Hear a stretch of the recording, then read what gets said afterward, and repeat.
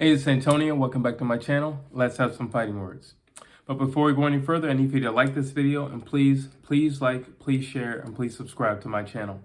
So let's jump right into it. This video is a fight breakdown for Jack Catterall, as he will be facing Josh Taylor coming up very soon. As a matter of fact, at the end of this week, he'll be facing Josh Taylor for all the marbles. And this is a good one, people. You're talking about two undefeated fighters. Whenever you get two undefeated fighters, it's always a good one, especially when you have somebody as young as Jack Catterall. He wants it.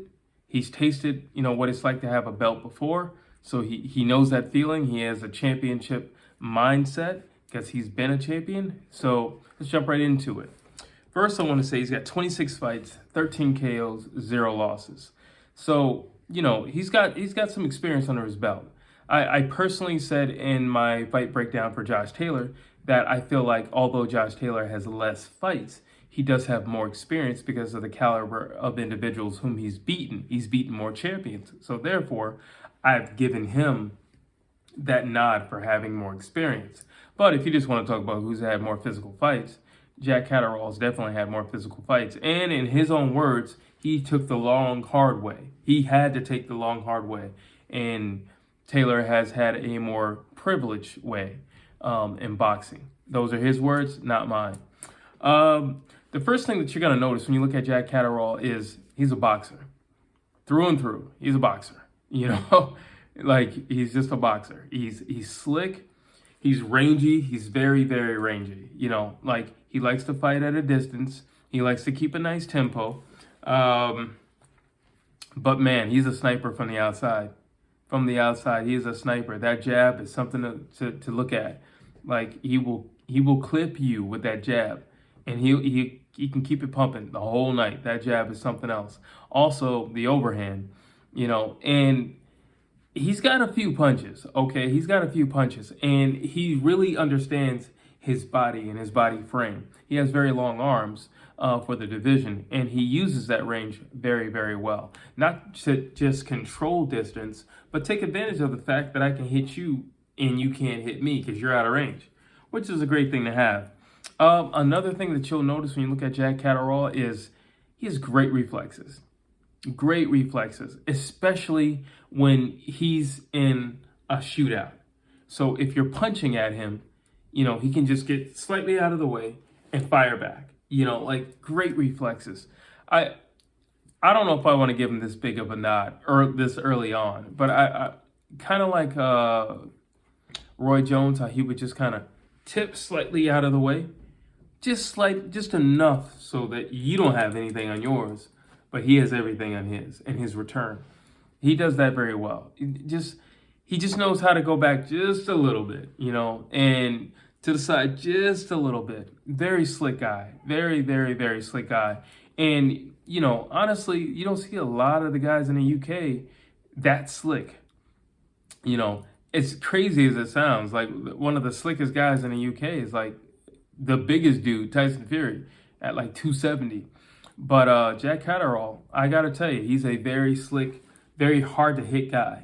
And he understands his body shape, his body frame, and he uses it to the best of his abilities at all times. Another thing is he likes to mix it up, and he does mix it up well. He likes to attack up top first, and what he will do, he doesn't commit to a full body attack. He never really does that. Unless someone is hurt, you're not going to see Jack Catterall fully commit to a body attack. What he'll do is he'll fully attack upstairs, and then he will sneak something into the body, just enough for you to react to it, and then he's going to go back upstairs, and then he'll go back down to the body. And what that does is it keeps you guessing. It keeps you guessing. Some guys, like to just fight upstairs. Some guys like to just fight downstairs. With Jack Catterall, you never really know what you're going to get. The only thing I will say is, it's not going to be a sustained body attack downstairs. But because of those long rangy arms, he can fully get around to that hook, to that shovel hook. And he can dig that punch in deep, and it can hurt. Which brings me to the next thing. I would say he's very sneaky with it. He has very sneaky punches. It's like he's very, very calculated when he's fighting. And when I say you just don't know, you just don't know. And because of how long his arms are and the twerk that he has on his hooks, he can get those arms all the way around. Like I said, he can dig those hooks in, and they're gonna hurt. And the thing is, you don't have to have a sustained body attack if you hit the right target enough times. So say if I hit you, I don't know, once or twice in the first round, and then I hit you once or twice in the third round, and then in the fourth round, I dig to the body like maybe 4 times, and then in the sixth round, I catch you really good in the body. By the 8th round, your body's done. It could happen sooner if I fully committed to it. But if I'm getting really good quality shots here and there, that's the same as somebody who's fully committed just from out the gate, personally. So it works for him. And like I said, it keeps his opponents guessing. They don't really know. And after a while, they'll find their arms sinking lower and lower and lower to protect the ribs. The one thing that I look at when I look at Jack Catterall, the only thing I can think about with this fight against Josh Taylor is I hope he's been working on his inside game, because Josh Taylor's bigger than him. Josh Taylor's like 5'10", 5'11". You know what I'm saying? Like, he's taller than you. He's just physically bigger than you. So, and Josh Taylor is all pressure. So you need to bring it, but you also, if you naturally have boxing, you can not put it aside. I'm not saying put it aside. That's what got you to the dance. But I am saying you need to truly focus on your inside game, because Jack Catterall doesn't have much of an inside game. That's not where he's comfortable. He's more comfortable in the center of the ring, where he can move around, where he can have that wide stance, where he can just fully take advantage of those long arms and just popping from the outside and sniping. But he's not that comfortable on the inside. And the reality is, you're fighting Josh Taylor. You are, at some point, you're going to have to get up close and personal. At some point, you're going to be on those ropes. At some point, you will be in that corner. And that's going to tell what's going to happen in this fight very early, after that first time you've been put in those places, in those uncomfortable places. It's going to be very telling from that moment on. The thing is, when it comes to Jack Catterall, is he does like to fight at a slower pace, because he's a rangy guy. He just wants to pick a shot. He's a very clean fighter, very nice, crisp punches, doesn't waste punches. So he's not big on volume, but what he reminds me of, now that I'm thinking about Lara. That's who he reminds me of. Like, he does not waste punches. If he hits you with something, it's quality. It's quality, but that takes space.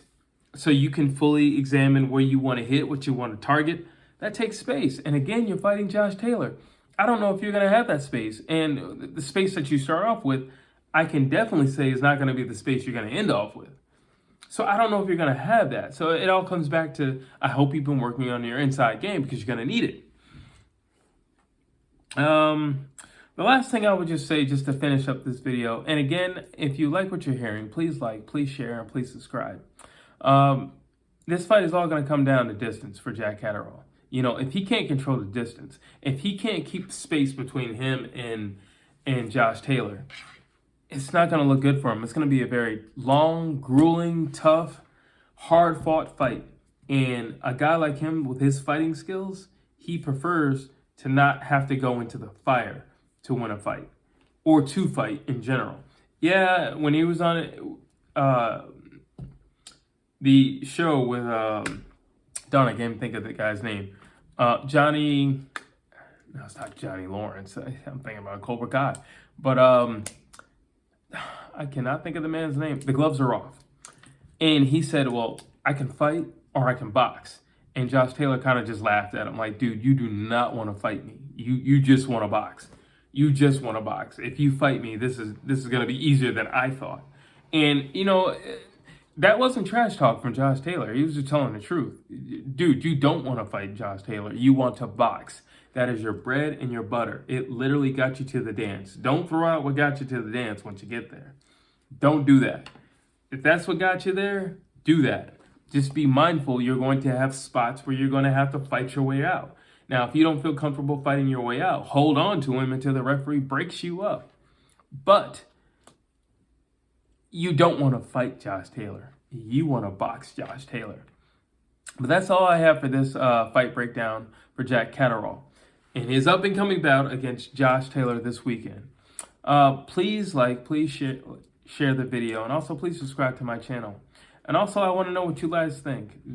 What do you think are his chances? Did you like the fight breakdown? Any tips for me?